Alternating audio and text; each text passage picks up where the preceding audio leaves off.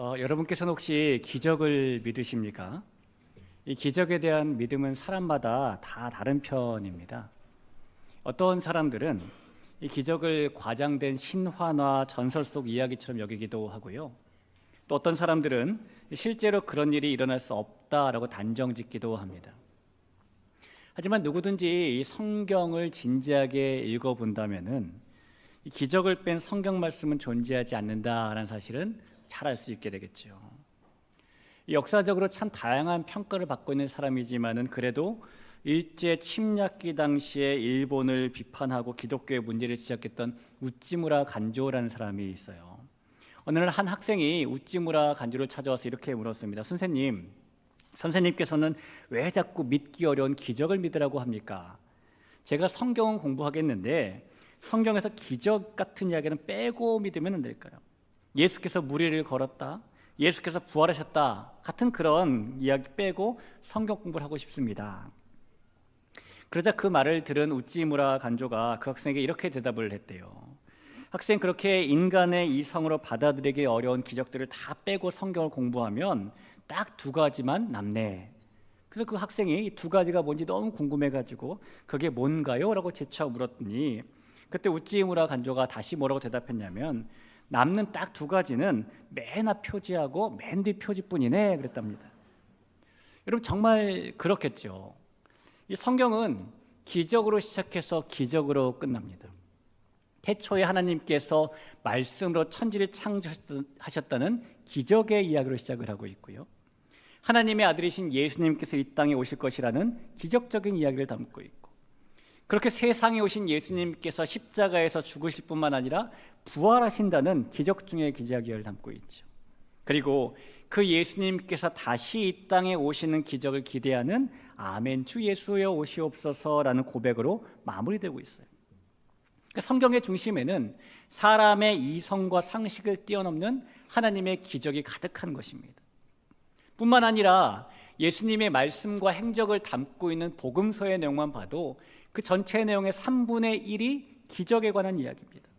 예수님을 따르던 사람들도 모두 그 기적에 참여하고 경험한 사람들이니 성경에서 기적을 뺀다면 우찌무라 간조의 말처럼 정말 성경은 표지만 남게 될 거예요. 기적이란 사람의 힘으로는 도저히 감당할 수 없고 상식적으로는 일어날 수 없는 일이 실제로 일어나는 것을 말합니다. 이 사람들은 눈에 보이는 것과 귀에 들리는 것만 믿으려고 하는 습성이 있기 때문에 보이지 않고 들리지 않은 영역에 속한다고 생각하는 기적은 잘 믿으려고 하지 않아요.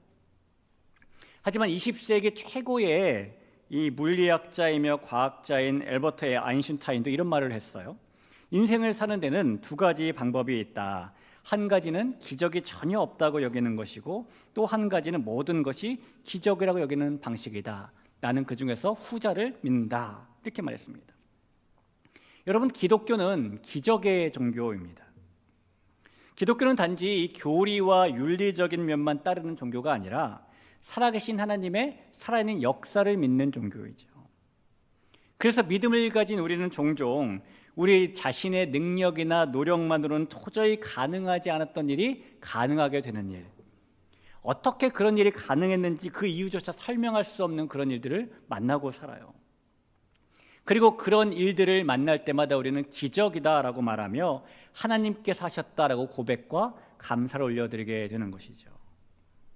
오늘 우리가 함께 보는 창세기 26장 속의 이삭도 사람의 눈으로는 불가능했지만은 하나님에 의해서 가능해진 그런 기적을 만났던 사람입니다. 오늘 우리가 이 맥추감사주일을 맞아서 이삭이 하나님의 놀라운 손길, 기적의 손길을 통해 경험한 그날의 기적을 한번 살펴보고 그 기적을 오늘을 사는 우리의 감사로 삼을 수 있는 은혜의 시간이 될 수 있기를 주님의 이름으로 간곡히 부탁을 드립니다.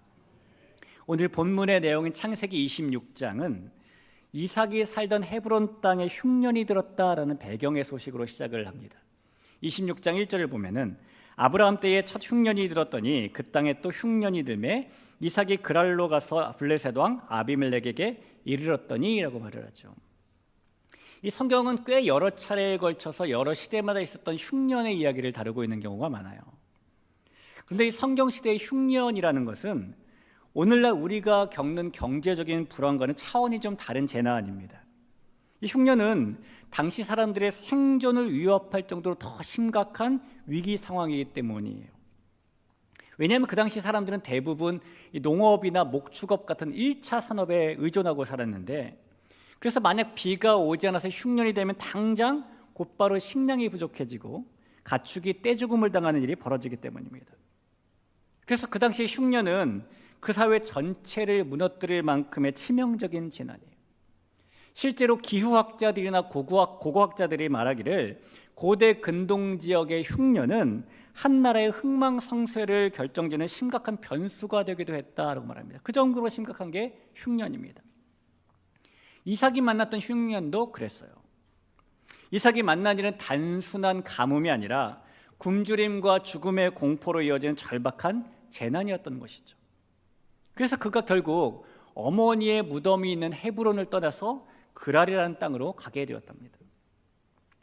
사실 이삭의 목적지는 과거 기근을 만났던 아버지 아브라함의 그 목적지처럼 애굽이었습니다.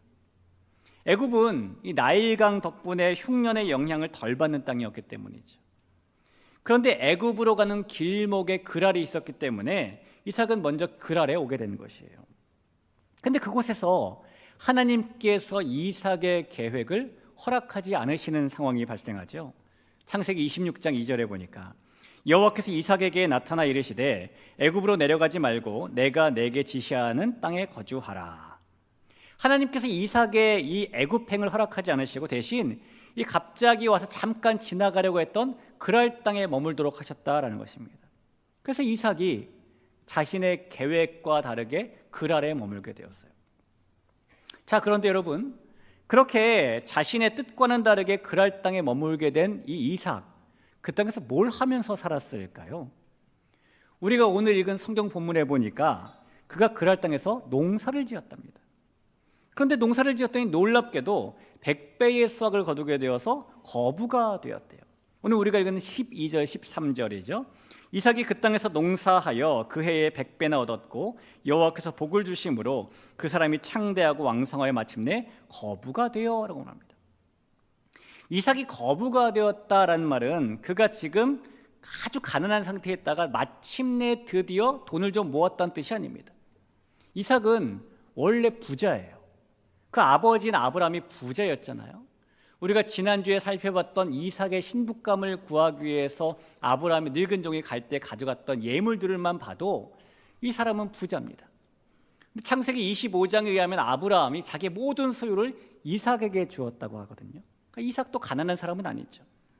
그런데 이삭이 마침내 거부가 되었다라고 성경은 말하는데 이 말씀의 뜻은 그가 지금 부자가 되었다라고 말하는 것이 아니라 이 그랄이라는 땅의 경제적인 질서와 사회 구조를 흔들 정도로 막강한 부를 손에 얻었다. 이삭이 움직이기만 하면 이 그랄이라는 땅의 사회가 변할 수 있는 그 정도로 막강한 부자가 되었다라는 것입니다. 이 농사를 지은 이삭이 그 정도로 대단한 수확을 지금 거두게 되는 것이고, 그래서 원래 그 땅에 살던 블레셋 사람들이 저 굴러 들어온 돌이 박힌 돌을 빼내네? 이렇게 시기할 정도로 그는 거부가 된 것이죠. 자, 그런데 여러분, 여기서 우리는 한 가지 꼭 주목하고 넘어가야 될 점이 있어요. 이삭은 원래 농사 짓던 사람이 아니라라는 것이 주목할 점입니다. 이삭은 아버지 아브라함처럼 목축업을 하던 사람이에요. 그래서 그는 농사의 농자도 잘 모릅니다. 이 사람은 누구나 다 자기 나름대로의 분야를 가지고 있죠. 그래서 자기 분야의 일은 익숙하고 잘하는 반면에 그렇지 않은 분야의 일은 잘할 수 없기도 합니다. 예를 들어서 평생 책상 앞에 앉아서 글을 쓰던 사람이 갑자기 집을 짓는 일을 하게 된다고 생각을 해보면 어떨까요? 그 사람이 그 집 짓는 일을 능숙하게 잘할 수 있을까요? 그렇지 않을 겁니다. 그 사람은 집을 지을 때 어떤 도구를 써야 되는지, 무엇부터 시작해야 되는지도 잘 모를 거예요. 저는 흔히 말하는 서울 촌놈이거든요. 그래서 농촌에 가서 밭에 심긴 작물을 보면은 이게 뭔지 구분을 잘 못합니다. 제가 아는 건 딱 두 가지예요. 고추, 하나는 깻잎. 두 가지는 알아보고 나머지는 잘 모르겠어요. 그래서 권사님들이나 집사님, 장로님들이 알려주셔야 그렇구나 라고 아는데 다음에 또 가서 보면 또 아나요? 몰라요. 그런데 여러분, 만약에 이런 제가 귀농을 하겠다고 농촌에 내려가서 농사를 지으면 그에 대박 칠 수 있을까요? 여러분께서 내라고 대답하시면 귀농을 한번 해보게요. 불가능하겠죠. 못할 겁니다. 왜요? 저는 농사의 농자도 모르니까요. 이삭도 농사에 대해서는 그런 문외한입니다. 그런데 여러분, 그런 사람이 농사를 지었는데 그런 사람이 100배의 수확을 거두었고 그날 전체를 흔들 정도의 막강한 경제력을 가지게 되었습니다. 어떻게 이렇게 가능했을까요? 어떻게 이런 사람이 평생 농사만 짓고 살던 블레셋 사람들보다 더 많은 수확을 거둘 수 있게 된 것일까요? 우리가 이런 질문들에 대해서 답할 수 있는 답은 딱 한 가지뿐이에요. 기적이다 라고 말할 수밖에 없는 것이죠. 앞서 말씀드린 정의대로 사람의 힘으로는 도저히 감당할 수 없고 상식적으로도 일어날 수 없는 일이 실제로 일어나는 것이 기적이니까요. 이삭에게 일어난 일이 바로 그런 일이라는 것입니다. 그리고 이삭이 경험한 그날의 기적이 하나님의 은혜이며 하나님께서 일하심의 흔적이며 이삭은 그 일 때문에 분명히 감사했을 거예요. 성도 여러분, 오늘은 이 맥추감사주일입니다. 맥추감사주일은 성경에 나오는 맥추절에서 유래한 절기인데요, 맥추절은 이스라엘 사람들이 밀을 수확하면서 감사드리는 날이에요. 그리고 이 구약의 모든 절기가 다 그러하듯이 맥추절도 마찬가지로 하나님께서 베푸신 기적과 깊은 관련이 있는 날입니다. 이 맥추절은 시기적으로 그 앞선 절기인 유월절 무교절이 끝나고 7주 뒤에 맞게 되는 절기인데, 그래서 7주가 지나니까 77절이라고 부르기도 합니다. 근데 맥추절이 오기까지의 그 앞선 7주가 이스라엘 농부들에게 있어서 매우 중요한 때가 되는 시간이에요. 왜냐하면 그 7주 동안 이스라엘에는 저 지중해에서 불어오는 차가운 북서풍이 비바람과 함께 불어오기도 하고, 이 뜨거운 사막에서 불어오는 남동풍이 또 불어오기도 하는데, 이 바람들이 적절하게 불어주어야 농사가 잘 되기 때문입니다. 신명기에 보면 가나안 땅에서 나는 7개의 특산물이 소개가 됩니다. 신명기 8장 7절 8절에 보니까 내 하나님 여호와께서 너를 아름다운 땅에 이르게 하시리니 그곳은 골짜기든지 산지든지 시내와 분천과 샘이 흐르고 밀과 보리의 소산지요 포도와 무화과와 석류와 감람나무와 꿀의 소산지다라는 말이죠. 이 말씀에서 마지막으로 언급된 꿀이 우리가 먹는 꿀이 아니라 대추야자를 말하는데, 그래서 가나안 땅의 7대 특산물은 밀과 보리라는 2개의 곡물과 포도, 무화과, 석류, 올리브, 대추야자라는 5개의 여름 과실입니다. 그런데 7개의 이 특산물 모두가 맥추절이 오기까지 맞이하는 7주 동안 부는 차가운 북서풍과 따뜻한 남동풍에 큰 영향을 받는 그런 작물들이에요. 그러니까 이런 일이 생기는 거죠. 이 7주가 시작될 쯤에는 올리브 나무에 이제 꽃봉오리들이 생기기 시작해요. 근데 그때 만약에 비바람과 함께 차가운 북서풍이 불면 올해 올리브 농사는 망쳤다라고 봐야 됩니다. 왜냐하면 우리도 봄날에 봄비가 오고 나면은 이 바닥에 노란 가루들이 막 쌓이는 거 보이시죠? 그게 뭡니까? 꽃가루인 경우가 많잖아요. 이 올리브 꽃봉우리에 있는 꽃가루들이 따뜻한 남동풍이 살살 불어줘가지고 살살 날아가서 암술과 결합해서 열매로 자라나야 되는데, 이 차가운 바람이 불어오고 비가 내리면 그렇게 되지 않기 때문이에요. 반드시 그때는 따뜻한 남동풍이 불어줘야 됩니다. 그런 일은 올리브만이 아니라 모든 여름 열매, 포도나 무화과나 석류나 대추야자에도 동일하게 적용되는 일이에요. 근데 반대로 동일한 시기에 밀과 보리가 맞이하는 상황은 달라요. 그때쯤은 이 밀이 한 3분의 1쯤 연글었을 때인데, 만약 그때에 이 올리브에게 좋은 따뜻한 남동풍이 불어오면은 올리브는 좋겠지만 그해 밀농사는 망쳤다라고 봐야 됩니다. 왜냐하면 그때에는 차가운 북서풍이 불어주어야 밀 이삭의 포도당이 가득한 알곡이 연글게 되기 때문이에요. 이렇게 바람에 따라서 이 농사의 운명이 결정되니까 이스라엘 농부들은 그 7주를 보내면서 긴장 속에서 농사를 짓는 것이죠. 우리나라 옛날 이야기 중에 어느 곳에 우산장수와 또 집신장수를 하는 2 아들을 둔 어머니가 있었다는 얘기가 있는 것 아시죠? 이 어머니가 이 2 아들의 상반되는 장사 업종 때문에 매일 근심과 걱정 속에 살아갑니다. 날이 개이고 햇볕이 잘 내리쬐는 날이 되면은 우산을 파는 큰아들의 장사가 잘 안 될까 봐 걱정되고, 비가 쏟아지는 날이면 집신을 파는 둘째 아들의 장사가 안 될까 봐 또 걱정되고, 마치 이 이야기의 이 어머니처럼 이스라엘 농부들은 무교절이 지난 후 맥추절 사이에 7주 동안에 차가운 북서풍이 불어오면은 포도나 무화과나 올리브나 석류나 대추야자 같은 여름 과실 농사를 망칠까 봐 걱정해야 되고, 그렇다고 또 따뜻한 남동풍이 불어오면은 밀과 보리 같은 곡식 농사 망칠까 봐 걱정해야 돼요. 그들은 이렇게 그 기간 동안에 걱정을 할 수밖에 없습니다. 이 우산장수와 집신장수 이야기 속에서는 어떤 사람이 찾아와서 근심 속에 빠진 그 어머니에게 거꾸로 해봐라, 해가 뜨면은 작은 아들 집신장사가 잘 될 것을 기뻐하고, 비가 오면은 큰 아들 우산장사가 잘 될 것을 기뻐하라라고 말해줬는데, 이스라엘 농부들은 그럴 수가 없어요. 왜냐하면 한 해의 농사를 망치게 되니까요. 이 7주 동안의 가장 이상적인 날씨는 첫 번째 주에는 차가운 북서풍이 불어주고 나머지 6주 동안은 따뜻한 남동풍이 불어줍니다. 그러면 그 해에 밀농사도 잘 되고 여름 과실도 잘 되게 되는 풍년을 맞게 되는 거죠.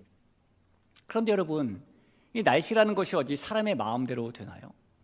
우리 어제 정읍에 이제 국내 단기 선교 가신 분들이 계시는데, 어제 정읍에 제가 통화해봤더니 엄청 더웠대요. 어제 혹시 그 노방전도 다니시면서 축구전도 다니시면서 이제 구름이라도 좀 왔으면, 찬바람이라도 좀 불어줬으면, 이렇게 마음 품어보신 분이 계실지 모르겠는데, 찬바람이 좀 불어줬으면 찬바람이 오던가요? 구름이 좀 왔으면 오던가요? 사람 뜻대로 안 됐을 겁니다. 날씨라는 것이 작년에도 그랬으니까 올해도 그럴 거야 라고 예상할 수 없는 것이잖아요.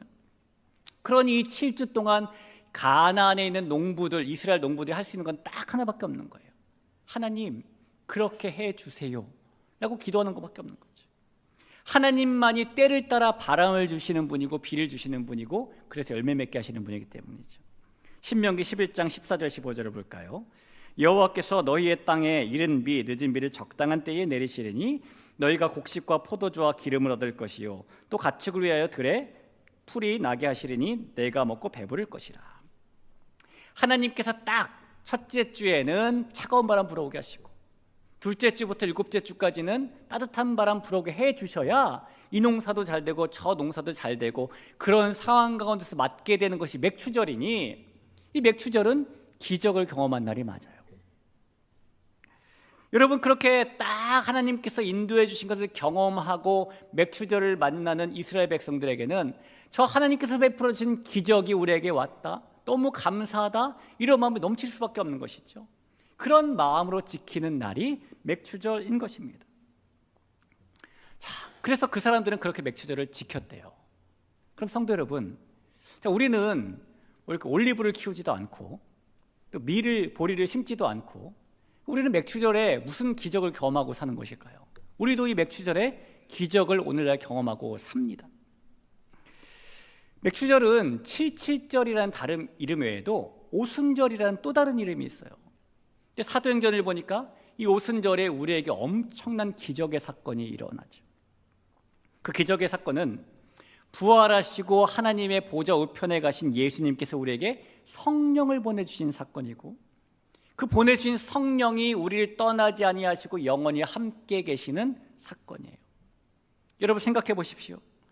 죄로 인해서 하나님께서 심판하실 수밖에 없을 정도로 타락한 우리에게 거룩한 하나님의 영인 성령이 찾아오셨다. 이 기적 아니고 가능한 일입니까? 뿐만 아니라 그 성령이 우리 안에 거하시면서 영원히 우리를 떠나지 아니하신다. 이게 기적 아니고 설명해 줄 수 있는 일인가요? 하나님께서 죄인인 우리와 함께 거하시고 우리를 포기하지 않으시고 인도하신다는 것, 그것이 하나님의 은혜를 넘은 기적이라는 것입니다.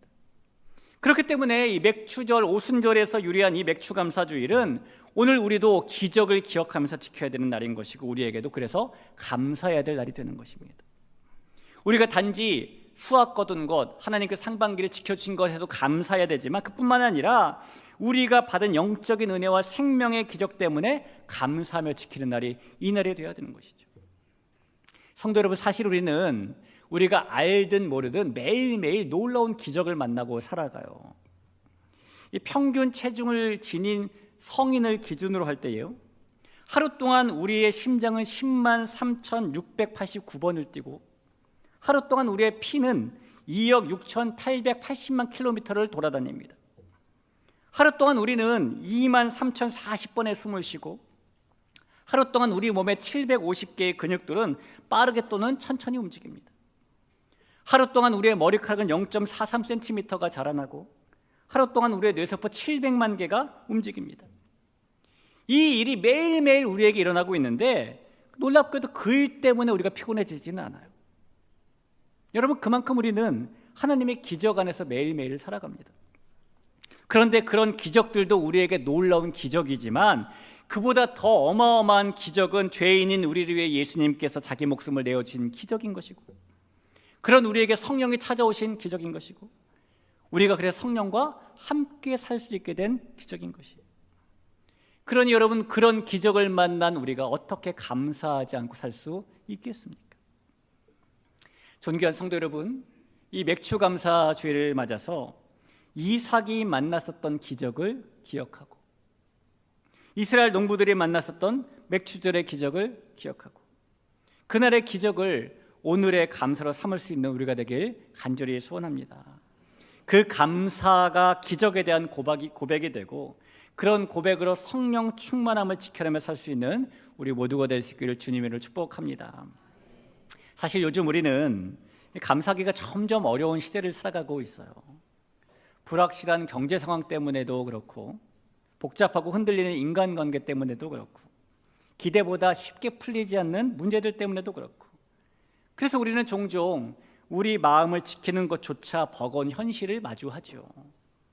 그러다 보니 때로 우리에게는 하루하루를 견디는 것만으로도 벅차게 느껴져서 감사하는 것이 사치처럼 느껴지는 때도 있습니다. 하지만 여러분, 그럼에도 불구하고 우리 삶에서 결코 놓치지 말아야 될 중요한 가치 중에 하나는 분명히 감사예요. 그래서 성경은 반복해서 우리에게 감사하라고 말하는 것이죠. 우리가 드리는 오늘의 감사는 우리가 경험한 그날의 기적에서 비롯된 것이기 때문입니다. 이 성도 여러분, 농사에는 농자도 몰랐던 이삭이 100배의 수확의 기적으로 감사했던 것처럼 7주 동안 세밀하게 지켜주시는 바람 때문에 맥추절을 만난 하나님의 기적을 만났던 이스라엘 농부들처럼 죄인인 우리에게 성령으로 찾아오셔서 거하시는 하나님의 기적 때문에 그것 때문에 감사하는 오늘을 살 수 있는 우리가 되었으면 좋겠습니다. 또한 지금도 우리의 삶에 날마다 기적을 허락하시는 하나님을 기억하고 그날의 기적이 오늘의 감사가 되었으면 좋겠습니다. 그리고 그 감사가 우리의 삶을 지키는 성령 충만의 마중물이 될 수 있기를 우리 주님의 이름으로 간곡히 축복합니다.